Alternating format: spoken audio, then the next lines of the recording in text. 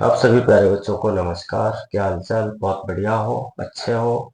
चलिए आज हम देखते हैं, एक इफेक्ट पढ़ेंगे। पिछली क्लास के अंतर्गत हमने परिरक्षण प्रभाव पढ़ा था। परिरक्षण प्रभाव का त्रिज्या पर क्या इफेक्ट पड़ता है वो हमने से पहले वाली क्लास में देखा था। और अब हम देखने वाले हैं लेंथेनाइड और एक्टेनाइड आकुंचन प्रभाव। तो देखिए, जब हम लेंथेनाइड और एक्टेनाइड आकुंचन प्रभाव की बात करते हैं तो पहले आपको समझना होगा कि आपका एक आवर्त होता है, आवर्त नंबर 6, और पीरियोडिक टेबल के अंतर्गत आवर्त नंबर 7। इस छठे और सातवें आवर्त में डी ब्लॉक का एक वर्ग होता है, आपका थर्ड बी वर्ग। इस थर्ड बी वर्ग में छठे आवर्त का एक तत्व आता है लेंथेनम 57, और इसी वर्ग में सातवें आवर्त में एक तत्व आता है एक्टेनियम 89। इस लेंथेनम 57 के बाद अगला जो तत्व आता है वो सीरियम 58 आता है, और लेंथेनम के बाद सीरियम 58 से लेकर के और ल्यूटेशियम Lu 71, ये 14 तत्व थे। और इन 14 तत्वों का जब इलेक्ट्रॉनिक विन्यास लिखा गया था, इलेक्ट्रॉनिक कॉन्फ़िगरेशन, तो अंतिम इलेक्ट्रॉन इनका N-2f उपकोष में गया। किसमें गया था? N-2f में गया था। तो F में अंतिम इलेक्ट्रॉन जाने के कारण ये F ब्लॉक के तत्व कहलाए। इसी प्रकार एक्टेनियम के बाद आपके तत्व आया थोरियम, और 90 से लेकर के Lr 103, और यहाँ के भी 14 तत्व। जब इनका इलेक्ट्रॉनिक कॉन्फ़िगरेशन लिखा गया तो इनका अंतिम इलेक्ट्रॉन भी N-2f में गया। तो F में जाने के कारण ये भी तत्व हमारे F ब्लॉक के कहलाए।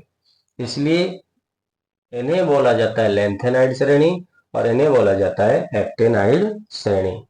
अब क्या हुआ कि आपके डी ब्लॉक में 3D, 4D और 5D और 6D, ये 4 श्रेणियां होती हैं। जैसा कि आपको बताया है पिछली क्लास के अंतर्गत, संक्रमण श्रेणियां कहलाती है, क्योंकि डी ब्लॉक के तत्व संक्रमण तत्व होते हैं। तो ये जो 4 श्रेणी है, 3D, 4D, 5D और 6D, यहाँ अगर आप आवर्त की बात करते हो, ये चौथा आवर्त, ये पांचवा आवर्त, ये छठा आवर्त, और ये हो गया आपका सातवां आवर्त। अब यहाँ जब हम वर्ग की बात करते हैं तो डी ब्लॉक के तत्व तीसरे वर्ग से चालू होते हैं, थर्ड बी से। ये स्कैंडियम से चालू होता है और जिंक तक जाता है। 10 तत्व आते हैं। प्रत्येक श्रेणी के अंतर्गत तत्वों की संख्या कितनी होती है? 10। और 4D श्रेणी की जब हम बात करते हैं तो 4D श्रेणी में एट्रियम 39 से कैडमियम 48 तक ये 10 तत्व आते हैं। और इसके बाद 5D श्रेणी में तत्व आता है आपका लेंथेनम 57। अब दरअसल हुआ क्या, लेंथेनम 57 के बाद सीरियम 58 से 71 के तत्व तो यहाँ से निकल गए। तो 14 तत्व यहाँ से निकल गए। इसलिए 71 के बाद एटॉमिक नंबर 72 वाला तत्व यहाँ आया, हैफनियम। और ये चले मरकरी 80 तक। इस तरीके से 10 तत्व रहे। और 6D श्रेणी में एक्टेनियम 89, लेकिन यहाँ भी ये 14 तत्व निकल करके एफ ब्लॉक में चले गए। इसलिए अगला जो तत्व आया वो रदरफोर्डियम Rf 104 से तत्व चालू हुए, और Cn 112। तो इस तरीके से ये श्रेणी थी। जब हम यहाँ बात करते हैं तो टाइटेनियम तत्व आ जाता है 22। यह आ जाता है Zr 40। अब देखिए क्या हुआ कि जब हम श्रेणी में बाएं से दाएं जाते हैं तो ये इफेक्ट तो हमने यहाँ पर पढ़ लिया था, परिरक्षण प्रभाव। और परिरक्षण प्रभाव जिसे हम शिल्डिंग इफेक्ट बोलते हैं, और जब ये शिल्डिंग इफेक्ट बढ़ता है तो रेडियस भी बढ़ती है, परमाणु त्रिज्या भी बढ़ती है। ये हम पिछले वीडियो के अंतर्गत देख चुके हैं। अब यहाँ जब हम 3D से 4D और 4D से 5D और 5D से 6D जाएं तो ये बात हो जाती है आपके एक वर्ग की। और जब किसी वर्ग की हम बात करते हैं तो वर्ग में अप टू डाउन जब हम जाते हैं, ऊपर से नीचे जाते हैं, तो आप देख पा रहे होंगे यहाँ n की वैल्यू क्या हो रही है, बढ़ रही है। तो n का मान क्या होता है, बढ़ जाता है। जब n का मान बढ़ेगा तो नाभिक से कोष की डिस्टेंस बढ़ जाएगी, और नाभिक से कोष की डिस्टेंस बढ़ जाएगी, इसका मतलब उसकी रेडियस भी बढ़ जाएगी। तो r का मान क्या हो जाता है, बढ़ जाता है। तो किसी भी वर्ग में जब हम ऊपर से नीचे जाते हैं तो उसकी परमाणु त्रिज्या बढ़ती है, क्योंकि n का मान बढ़ता है। तो इस हिसाब से 3D श्रेणी के तत्वों से बड़े होने चाहिए आपके 4D श्रेणी के तत्व, 4D से बड़े होने चाहिए 5D के, और 5D से बड़े होने चाहिए 6D के। लेकिन 4D श्रेणी और 3D श्रेणी, तो 3D श्रेणी की तुलना में 4D श्रेणी के तत्वों की रेडियस अधिक होती है।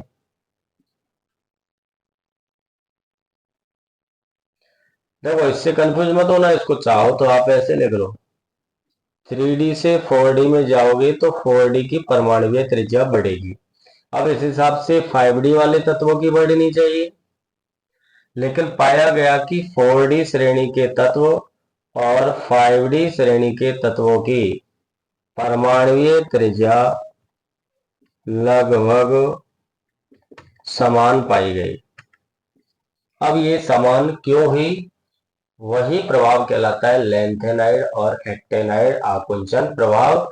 जब ये लेंथेनाइड श्रेणी का इफेक्ट पड़ता है तो लेंथेनाइड आकुंचन बोलते हैं, और एक्टेनाइड श्रेणी का पड़ता है तो उसको एक्टेनाइड आकुंचन बोलते हैं।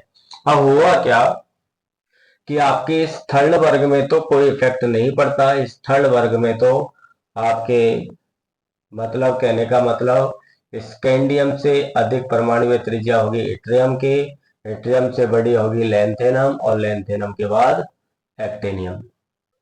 लेकिन जब इसके पास चौथे वर्ग में आप जाओगे या इसके आगे के किसी भी वर्ग में जाओगे तो 3D से 4D श्रेणी के तत्वों की त्रिज्या इंक्रीज करेगी, कोस का इफेक्ट। अब 4D से 5D इंक्रीज करना चाहिए था, लेकिन इंक्रीज नहीं करता है, बराबर रहता है। इसका मतलब ये जर्कोनियम और हैफनियम, ZR और HF, इनकी परमाणुीय त्रिज्या R की जो वैल्यू है वो लगभग स्थिर रही, या हम ये कह सकते हैं 4D और 5D श्रेणी के तत्वों की थर्ड वर्ग को छोड़ करके आगे के सभी वर्गों में 5D श्रेणी के तत्वों का आकार 4D श्रेणी के तत्वों के समान होता है। इसका कारण क्या था कि आप अगर यहाँ देख पाए हो तो जर्कोनियम 40 और हैफनियम 72, और इस 5D श्रेणी में लेंथेनम 57 के बाद सीधे 14 तत्व यहाँ से टूट गए, और 14 के बाद अगला तत्व आया हैफनियम। तो कितना परमाणु क्रमांक अतिरिक्त बढ़ गया यहाँ पर, 14, एक एलिमेंट से एक बढ़ेगा ना। तो यहाँ 40 और 72 का अगर हम रेशो निकालें, क्योंकि 4D श्रेणी का जर्कोनियम, 5D श्रेणी का हैफनियम, दोनों का अगर हम अंतर निकालें तो 72 माइनस 40 करोगे तो कितना आएगा, 32। इसका मतलब प्लस 32 इकाई आवेश की अतिरिक्त वृद्धि हो गई हैफनियम में। मतलब हैफनियम का जो ZeFF है वो कितना और बढ़ गया, प्लस 32 इकाई आवेश की अतिरिक्त वृद्धि हो गई, जो अपने आकर्षण को बढ़ा देगा। इसलिए कोस के कारण, क्योंकि 5 से 6 कोस जाओगे तो कोस बढ़ने के कारण जो त्रिज्या बढ़नी थी वो इस अतिरिक्त इकाई आवेश से ZEF बहुत ज्यादा बढ़ गया। वो त्रिज्या को क्या कर देता है, कम कर देता है, मतलब उसको सिकोड़ देता है। इसलिए इसको बोलते हैं आकुंचन, लेंथेनाइड आकुंचन प्रभाव। तो क्या हो गया, लेंथेनाइड आकुंचन प्रभाव 5D श्रेणी में लेंथेनम के बाद हैफनियम और एक्टेनियम के बाद रदरफोर्डियम से आगे आने वाले तत्वों में प्लस 32 इकाई आवेश की अतिरिक्त वृद्धि जो होती है, जो प्रभावी नाभिक की आवेश को बढ़ा देता है, जिसके कारण परमाणु त्रिज्या घट जाती है, उसी को हम लेंथेनाइड आकुंचन या एक्टेनाइड आकुंचन प्रभाव कहते हैं। जब ये लेंथेनाइड श्रेणी में काम करेगा तो लेंथेनाइड आकुंचन, और एक्टेनाइड श्रेणी में काम करेगा तो एक्टेनाइड आकुंचन। इसी प्रभाव के कारण ZR और HF के गुण समान होंगे, मतलब 4D और 5D श्रेणी के तत्वों के गुणों में समानताएं पाई जाती है। चाहे आप आयनन एंथैल्पी की बात कर लीजिएगा, चाहे आप इनकी त्रिज्या की बात कर लीजिएगा। तो ये था हमारा लेंथेनाइड और एक्टेनाइड आकुंचन प्रभाव।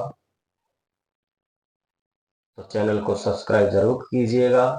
आप लोगों का सपोर्ट इन क्लासों को इसी प्रकार अनवरत रूप से आपको देता रहेगा। Thank you so much.